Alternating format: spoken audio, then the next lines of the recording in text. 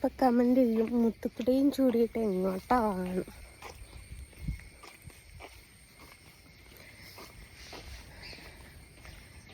മൈഗ്രൈനിന് checkup ചെയ്യേണ്ട ദിവസമാണെന്ന്. ഇന്നല്ല കേട്ടോ, 2-3 ദിവസം കൂടി ഉണ്ട്. അപ്പം ഞാൻ ഇന്നിങ്ങനെ വെറുതെ ഇരുന്നപ്പോൾ ഒന്ന് പുറത്തിറങ്ങാമല്ലോ എന്ന് കരുതിയിട്ട് ഇന്ന് ഒറ്റക്ക് ആദ്യമായിട്ടോ ഒറ്റക്ക് ഡോക്ടറെ അടുത്ത് പോകുന്നു. അപ്പോൾ കാറെടുത്തില്ല. കാറെടുത്താൽ ഈ പറഞ്ഞതുപോലെ ഞാൻ ഒറ്റക്ക് പോകണ്ടേ. ഞാൻ വിചാരിച്ച് ബസ്സിന് പോവാം. ബസ്സിനായാൽ മിണ്ടിയും അറിയാൻ ചെയ്തിട്ടില്ലെങ്കിലും ആൾക്കാർ ഇഷ്ടം പോലെ ഉണ്ടാവുമല്ലോ. അപ്പോൾ ബസ്സിന് പോകാമെന്ന് വിചാരിച്ചു. അരുണും മോനും ഏട്ടത്തിയും ഒക്കെ ഒറ്റയ്ക്ക് പോലെ എന്ന് പറഞ്ഞിട്ടുണ്ട്. പക്ഷെ എനിക്കൊരു വാശി ഒറ്റയ്ക്ക് പോകണമെന്ന്. ഒറ്റയ്ക്ക് വേണമല്ലോ പോയി ശീലിക്കാൻ. എന്നിട്ട് ഒറ്റയ്ക്ക് പോട്ടെ എന്ന് വിചാരിച്ചു. വെറുതെ ഒരു രസം. ഫസ്റ്റ് ടൈം കേട്ടോ. ഞാൻ പറഞ്ഞല്ലോ, ഇതുവരെ ഇങ്ങനെ ഒറ്റയ്ക്ക് കാണിക്കാൻ പോയിട്ടില്ല. എൻ്റെ ഓർമ്മയിൽ എപ്പോഴോ ഒന്നും മൈഗ്രെയിൻ സഹിക്കാൻ പറ്റാണ്ടൊന്നപ്പോൾ ഒറ്റയ്ക്ക് വണ്ടി ഓടിച്ച് പോയി. ഒറ്റയ്ക്കാണെങ്കിൽ പോലും എപ്പോഴും പിള്ളേർ വണ്ടി ഓടിക്കൽ ഞാനാണെങ്കിലും എപ്പോഴും പിള്ളേരുണ്ടാവലുണ്ട്.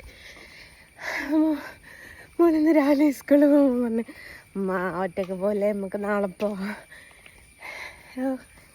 എങ്ങനെയാണ് ഒറ്റയ്ക്ക് ഡോക്ടറെ കാണിക്കാൻ പോയാലുള്ള എക്സ്പീരിയൻസ് എന്നൊന്ന് അറിയണമെന്ന് എനിക്കുണ്ട്. അങ്ങനെ സീരിയസ് ആയിട്ടുള്ള ഇഷ്യൂസ് ഒന്നും അല്ലല്ലോ, ബൈസ്റ്റാൻഡർ ഇല്ലാതെ നോക്കാത്ത അവസ്ഥയല്ലല്ലോ. അങ്ങനെ എന്തെങ്കിലുമൊക്കെ ആണെങ്കിലല്ലേ നമുക്ക് ആരെങ്കിലും വേണമെന്ന് വിചാരിക്കുക. ഇതങ്ങനെ ആരും വേണ്ടല്ലോ, ജസ്റ്റ് ഒരു കുഞ്ഞാഴ്ച കുട എടുത്തതാ. ഇതെൻ്റെ കാക്കാൻ്റെ ഡ്രസ്സിനനുസരിച്ച കുട കേട്ടോ. എൻ്റെ കാക്ക ദുഫായി എന്ന് വന്നപ്പോൾ എനിക്ക് കൊണ്ടുവന്ന കുഞ്ഞു കുടയാണ്. മറ്റേ പോപ്പി നാനും ഉണ്ടല്ലോ, എനിക്ക് തോന്നുന്നു അതിനേക്കാട്ടിലും ചെറിയ ഇതായിരിക്കും. അപ്പം വെയിൽ കൊള്ളണ്ടല്ലോ എന്ന് കരുതിയിട്ട് കുട എടുത്ത് കൈ പിടിച്ചതാണ്. ബാഗ് കൊള്ളുകയും ചെയ്യും, അതുകൊണ്ട് എടുത്ത് പിടിച്ചാണ്.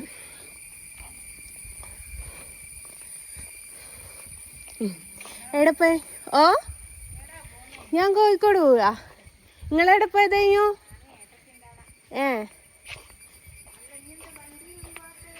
വണ്ടി എടുത്തില്ല. ഞാൻ പറഞ്ഞില്ല, എന്നെ ആര് കണ്ടാലും ആദ്യം ചോദിക്കുക വണ്ടി എടുക്കാത്ത എന്താ. എൻ്റെ ആദ്യമല്ല കേട്ടോ, 2ാമത്തെ ആഴ്ച.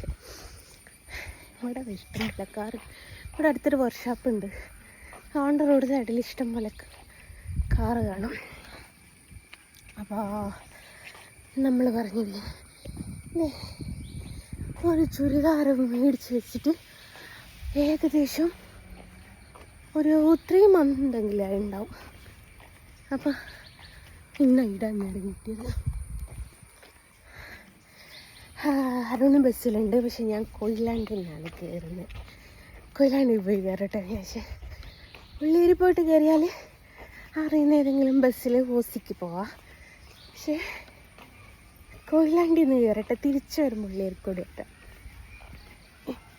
എന്ന് വിചാരിച്ചു. എന്നിപ്പോൾ വീട്ടിൽ നിന്ന് ബസ് സ്റ്റോപ്പിലേക്ക് നടക്കുക കേട്ടോ.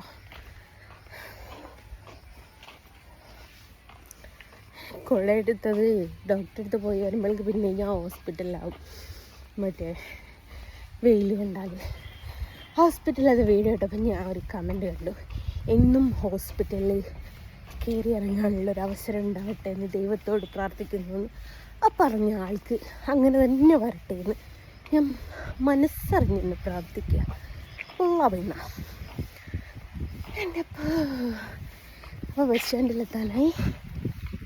ഡോക്ടറെ കാണിച്ചിട്ട് ഡോക്ടർ എന്ത് പറഞ്ഞു എന്നുള്ളതൊക്കെ ഞാൻ പറയാം. വേറെ പ്രത്യേകിച്ച് പറയാനൊന്നുമില്ല. 1 മന്ത് ഗുളിക എഴുതി തരും. അത് കുടിച്ചതിന് ശേഷം വീണ്ടും ചെക്കപ്പിന് ചെല്ലാൻ പറയും. That's all. ഞാൻ 6 മന്തായിട്ടാണ് ഇങ്ങനെ, 6 മന്തെല്ലാം കൂടുതലായി ഉണ്ടാവും, 1 ഇയറിൻ്റെ അടുത്താവാറായി ഉണ്ടാവും ഇങ്ങനെ സ്ഥിരമായിട്ട് മെഡിസിൻ കഴിക്കുന്നത്. ചിലർ പറയും ആയുർവേദം മാറും. ഇതിപ്പോൾ അറിയാത്ത ആൾക്കാർ മൈഗ്രെയിൻ കേട്ടോ. ചിലർ പറയും ആയുർവേദത്തിലൊക്കെ മാറും, എന്തോ. ഏതായാലും ബസ് സ്റ്റോപ്പിലെത്തി, എത്തിക്കൊണ്ടിരിക്കുന്നു. അപ്പോൾ ബാക്കിയുള്ള വിശേഷങ്ങളൊക്കെ പറഞ്ഞു തരാം കേട്ടോ. ബസ് കയറിയിട്ട് ഏതാ ബസ് എങ്ങനെയാന്നൊക്കെ പറഞ്ഞിട്ട് നിങ്ങൾ കോഴിക്കോട് വിളിക്കുക. ചുമ്മാ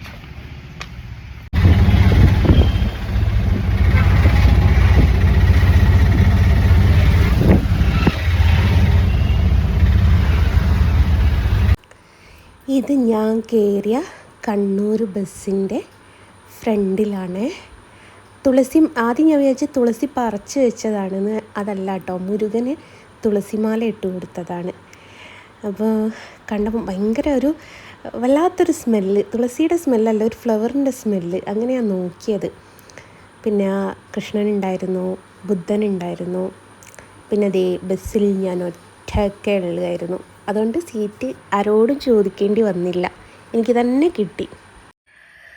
അങ്ങനെയെല്ലാം കൂടിയും ഡോക്ടറെ കാണിച്ചു തിരിച്ച് വീട്ടിലെത്തി.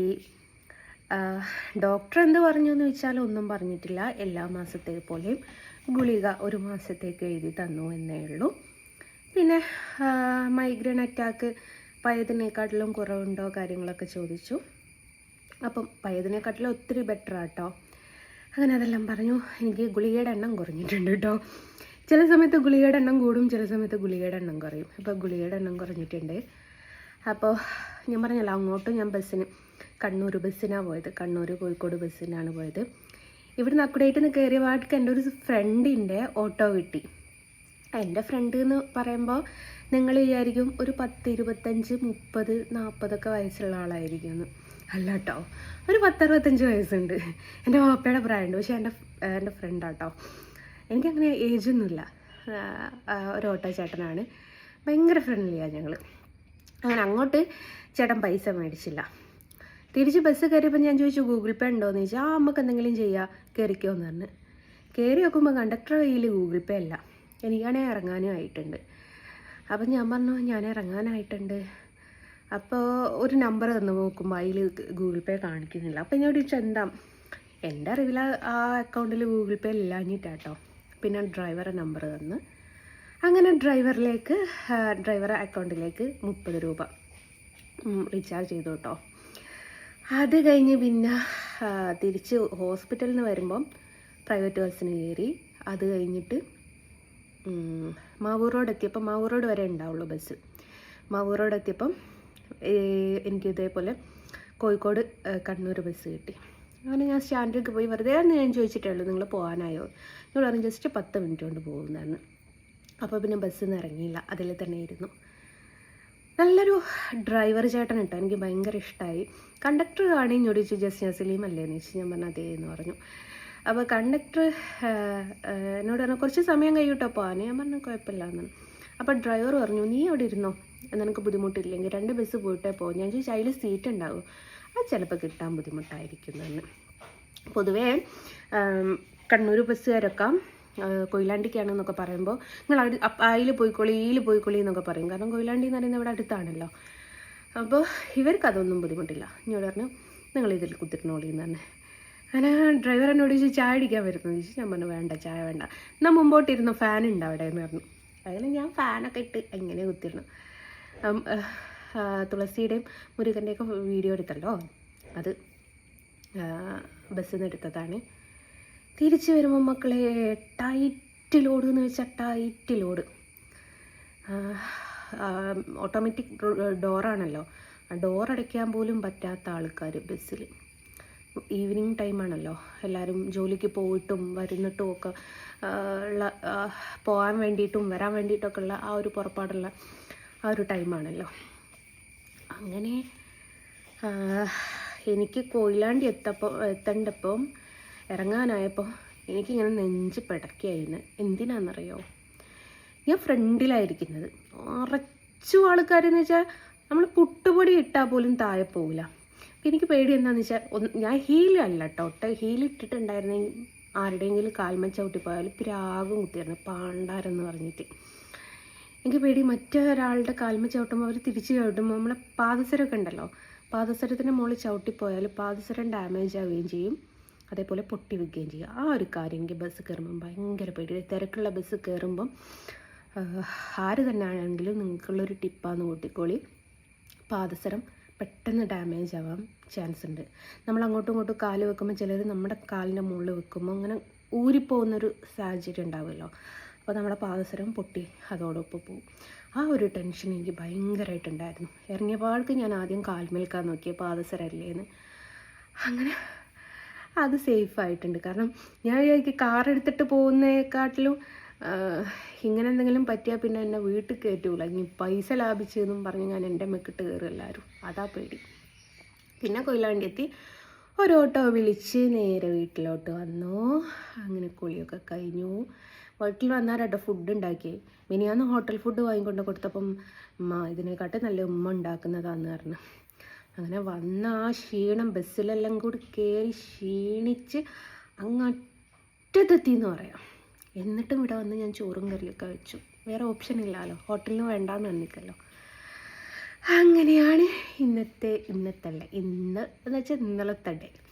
ബാലൻസ് ഇന്നാ പറയും. ഞാൻ പറഞ്ഞ ഒരു വീഡിയോ തുടങ്ങാൻ ഭയങ്കര ഇൻട്രസ്റ്റ് ആവും, അതിൻ്റെ ചെയ്യാൻ എനിക്ക് നേരം കിട്ടാറില്ല. അപ്പം അങ്ങനെയാണ് ഡോക്ടറെ കാണിച്ച വിശേഷങ്ങളൊക്കെ.